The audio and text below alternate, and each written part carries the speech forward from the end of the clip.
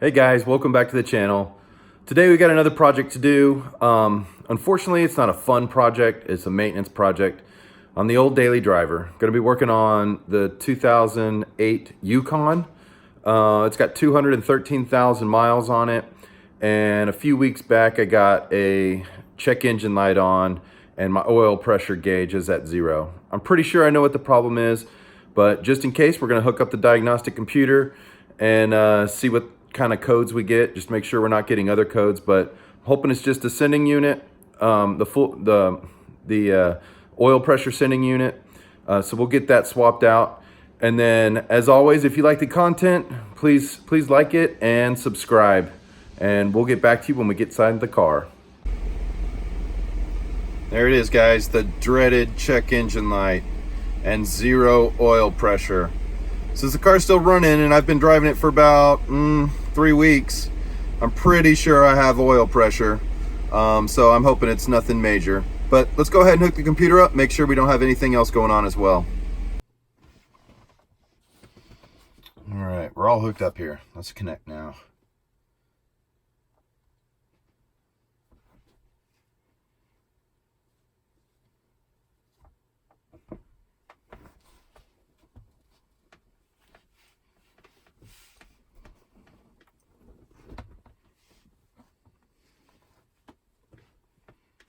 Okay, here we go.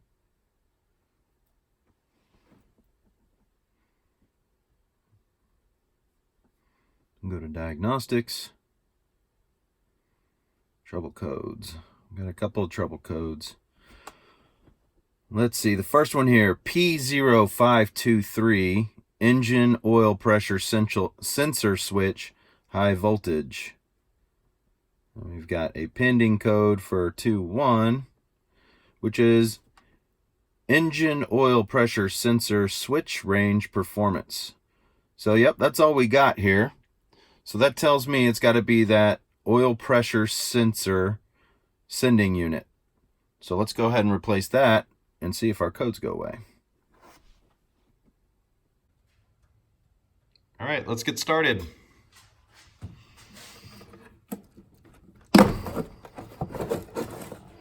Like I said earlier, this truck has 213,000 miles on it, so please ignore the dirt. I'm gonna get my gloves on real quick. Okay, I'm gonna see if I can get down here so where I can show you where that sensor is, and then give you an idea of how we're gonna try to attempt to replace this without pulling off the intake manifold.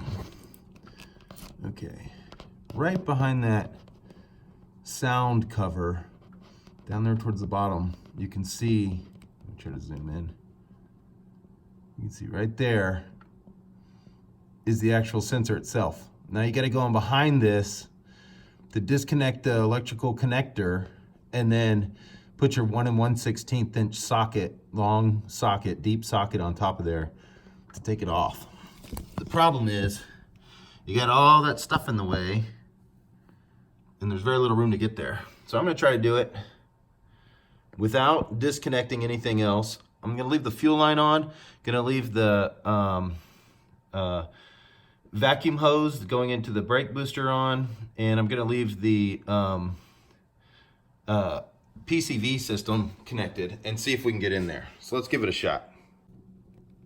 All right, hopefully you can see that. It's hard to get my light down there, but hopefully you can see that. I was able to get the connector off, and a lot of these connectors are different. So some of them have a little lock tab that you have to pull up on that'll allow you to squeeze the release pin. Mine only had a lock or a connector that's similar to these coil pack sensors. See if I can get there. See how it's got the little dog ear tab you can just pull up on? That's what mine look like. So yours might look the same way as well, and hopefully it does. It's easier to get off. Now let's try and see if we can get the socket down there with an extension and a swivel to see if we can disconnect it. All right, getting closer. I've got the socket on, I've got the universal joint in, an extension, and then a reducer to go into a 3/8 inch drive. Now I'm gonna hook my drive up and see if I can give it a little loosening up.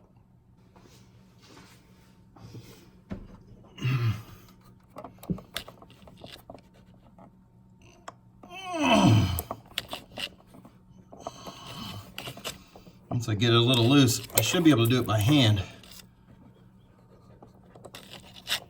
Okay, I think that should be good. Let's see if I can pull this out without dropping everything down the engine.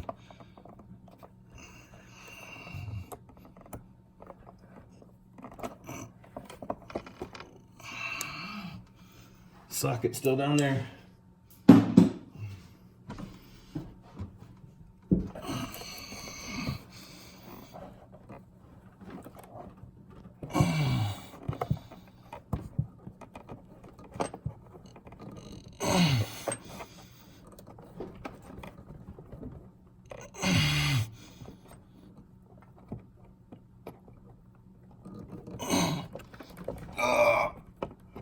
It's a tight squeeze.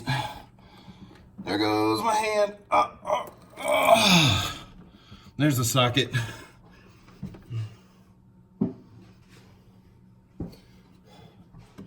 Remember, if you ain't bleeding, you ain't working.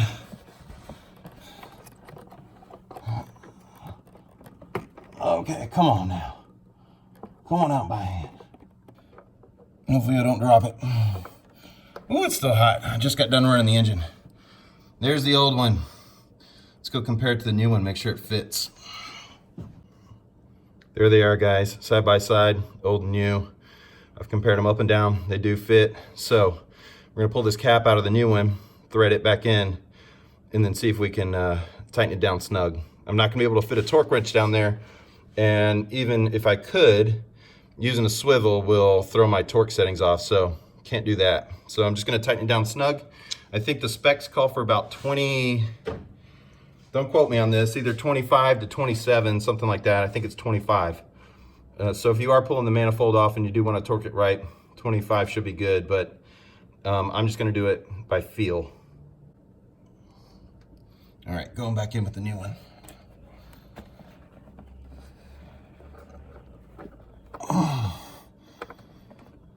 And you got that nice little window so you can see when you've got it lined up. Hopefully you don't drop this little guy. Oh, shoot. Engine is hot. Slipped out of my hands there. Saved it. All right, guys, the new one is in, hand tight. I've got the socket back over it and the extension on there as well. And if you follow any of my other videos on my YouTube channel, you'll know that one of my favorite part of any job is flipping the wrench around. That means we're putting it back together. So let's tighten this thing up.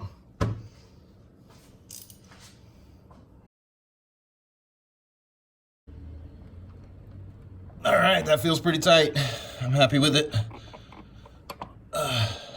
Felt like 25 foot-pounds to me.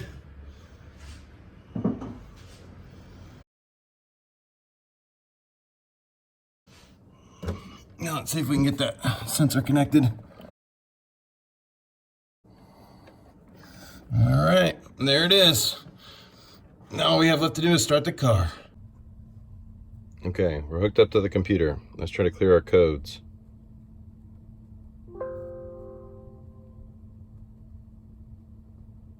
Not clearing. Try to start again.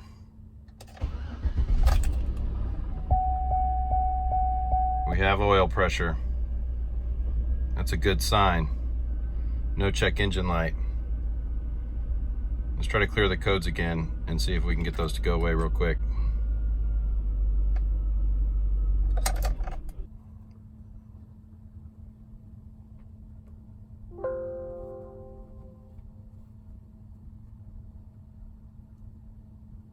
Okay, no codes. One more startup. Oil pressure. No light. Yay. Hood open. There we go, guys. That was it. Thanks for tuning in. Thanks for watching this. And remember, if you like it, please subscribe to my channel for more updates.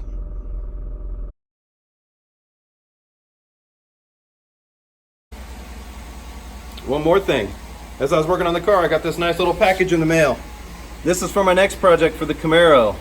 Got a couple of dual exhaust cutouts with an electric remote key fob to control them. can't wait to install those. That should be on the next installment of this channel. Thanks.